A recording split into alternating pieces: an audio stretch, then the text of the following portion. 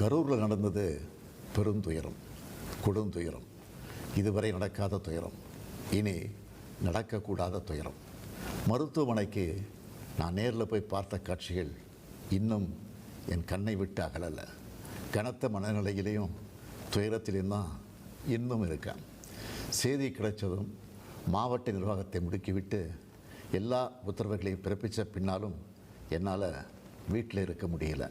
உடனே அன்றைக்கி நைட்டே கரூருக்கு போனேன்.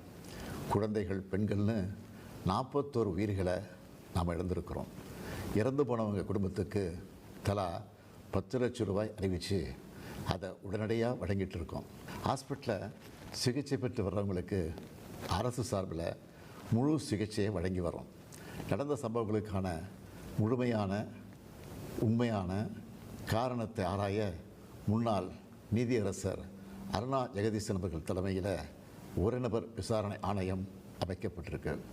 ஆணையத்தோட அறிக்கை அடிப்படையில் அரசோட அடுத்த கட்ட நடவடிக்கையில் இருக்கும்னு உறுதியளிக்கிறேன். இதற்கிடையே சோஷியல் மீடியாவில் சிலர் பரப்புகிற வதந்திகளையும் பொய் செய்திகளையும் பார்த்துட்டு தான் இருக்கேன். எந்த ஒரு அரசியல் கட்சி தலைவரும் தன்னோட தொண்டர்களும் அப்பாவி பொதுமக்களும் இறக்கிறத எப்பொழுதும் விரும்ப மாட்டாங்க. இந்த சம்பவத்தில் உயிரிழந்தவங்க எந்த கட்சி சார்ந்தவர்களாக இருந்தாலும் என்னை பொறுத்த வரைக்கும் அவங்க நம்மளோட தமிழ் உறவுகள். எனவே சோகமும் துயரமும் சூழ்ந்திருக்கக்கூடிய இந்த நிலையில் பொறுப்பற்ற முறையில் விஷமத்தனமான செய்திகளை தவிர்க்கணும்னு கேட்டுக்கிறேன். அரசியல் கட்சிகள், பொது அமைப்புகள் இது போன்ற நிகழ்ச்சிகள் நடத்தும்போது இனி வரும் காலங்களில் எத்தகைய பொறுப்போடு நடந்துக்கணும்னு என்ற விதிமுறைகளை வகுக்க வேண்டியது நம்ம எல்லோருடைய கடமை. எனவே நீதியரசரின் ஆணைய அறிக்கை கிடைச்ச பிறகு எல்லா அரசியல் கட்சிகள், பொது அமைப்புகளோடு ஆலோசனை நடத்தி இதற்கான விதிகள், நெறிமுறைகள் வகுக்கப்படும்னு உறுதியளிக்கிறேன். அத்தகைய நெறிமுறைகளுக்கு எல்லாரும் ஒத்துழைப்பு தருவாங்கன்னு நம்புகிறேன். மனித உயிர்களே எல்லாத்துக்கும் மேலானது. மானுடப்பற்றே அனைவருக்கும் வேண்டியது. அரசியல் நிலைப்பாடுகள், கொள்கை முரண்பாடுகள், தனி மனித பகைகள்னு எல்லாத்தையும் விலக்கி வச்சுட்டு எல்லாரும் மக்களுடைய நலனுக்காக சிந்திக்கணும்னு கேட்டுக்கிறேன். தமிழ்நாடு எப்போவுமே நாட்டுக்கு பல வகைகளில் முன்னோடியாகத்தான் இருந்திருக்கு. இதுபோன்ற நிகழ்வுகள் இனி எந்த காலத்திலையும் நடக்காமல் தடுக்க வேண்டியது நம்ம எல்லோருடைய கடமை. நன்றி, வணக்கம். கரூரில் நடந்தது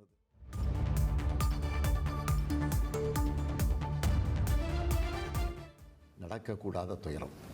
மருத்துவமனைக்கு நான் நேரில் போய் பார்த்த காட்சிகள் இன்னும் என் கண்ணை விட்டு அகலலை. கனத்த மனநிலையிலையும் துயரத்திலையும் தான் இன்னும் இருக்கேன். செய்தி கிடைச்சதும் மாவட்ட நிர்வாகத்தை முடுக்கிவிட்டு எல்லா உத்தரவுகளையும் பிறப்பித்த பின்னாலும் என்னால் வீட்டில் இருக்க முடியல.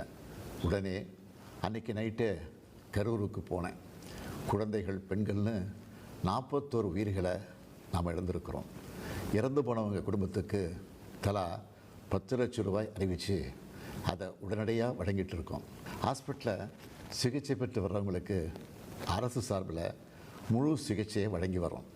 நடந்த சம்பவங்களுக்கான முழுமையான உண்மையான காரணத்தை ஆராய முன்னாள் நீதியரசர் அருணா ஜெகதீசன் அவர்கள் தலைமையில் ஒரு நபர் விசாரணை ஆணையம் அமைக்கப்பட்டிருக்கு.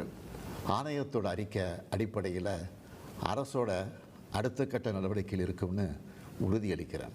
இதற்கிடையே சோஷியல் மீடியாவில் சிலர் பரப்புகிற வதந்திகளையும் பொய் செய்திகளையும் பார்த்துட்டு தான் இருக்கேன். எந்த ஒரு அரசியல் கட்சி தலைவரும் தன்னோட தொண்டர்களும் அப்பாவி பொதுமக்களும் இறக்கிறத எப்பொழுதும் விரும்ப மாட்டாங்க. இந்த சம்பவத்தில் உயிரிழந்தவங்க எந்த கட்சி சார்ந்தவர்களாக இருந்தாலும் என்னை பொறுத்த வரைக்கும் அவங்க நம்மளோட தமிழ் உறவுகள். எனவே சோகமும் துயரமும் சூழ்ந்திருக்கக்கூடிய இந்த நிலையில் பொறுப்பற்ற முறையில் விஷமத்தனமான செய்திகளை தவிர்க்கணும்னு கேட்டுக்கிறேன். அரசியல் கட்சிகள், பொது அமைப்புகள் இது போன்ற நிகழ்ச்சிகள் நடத்தும்போது இனி வரும் காலங்களில் எத்தகைய பொறுப்போடு நடந்துக்கணும்னு என்ற விதிமுறைகளை வகுக்க வேண்டியது நம்ம எல்லோருடைய கடமை. எனவே நீதியரசரின் ஆணைய அறிக்கை கிடைச்ச பிறகு எல்லா அரசியல் கட்சிகள், பொது அமைப்புகளோடு ஆலோசனை நடத்தி இதற்கான விதிகள், நெறிமுறைகள் வகுக்கப்படும்னு உறுதியளிக்கிறேன். அத்தகைய நெறிமுறைகளுக்கு எல்லாரும் ஒத்துழைப்பு தருவாங்கன்னு நம்புகிறேன். மனித உயிர்களே எல்லாத்துக்கும் மேலானது. மானுடப்பற்றே அனைவருக்கும் வேண்டியது. அரசியல் நிலைப்பாடுகள், கொள்கை முரண்பாடுகள், தனி மனித பகைகள்னு எல்லாத்தையும் விலக்கி வச்சுட்டு எல்லாரும் மக்களுடைய நலனுக்காக சிந்திக்கணும்னு கேட்டுக்கிறேன். தமிழ்நாடு எப்போவுமே நாட்டுக்கு பல வகைகளில் முன்னோடியாகத்தான் இருந்திருக்கு.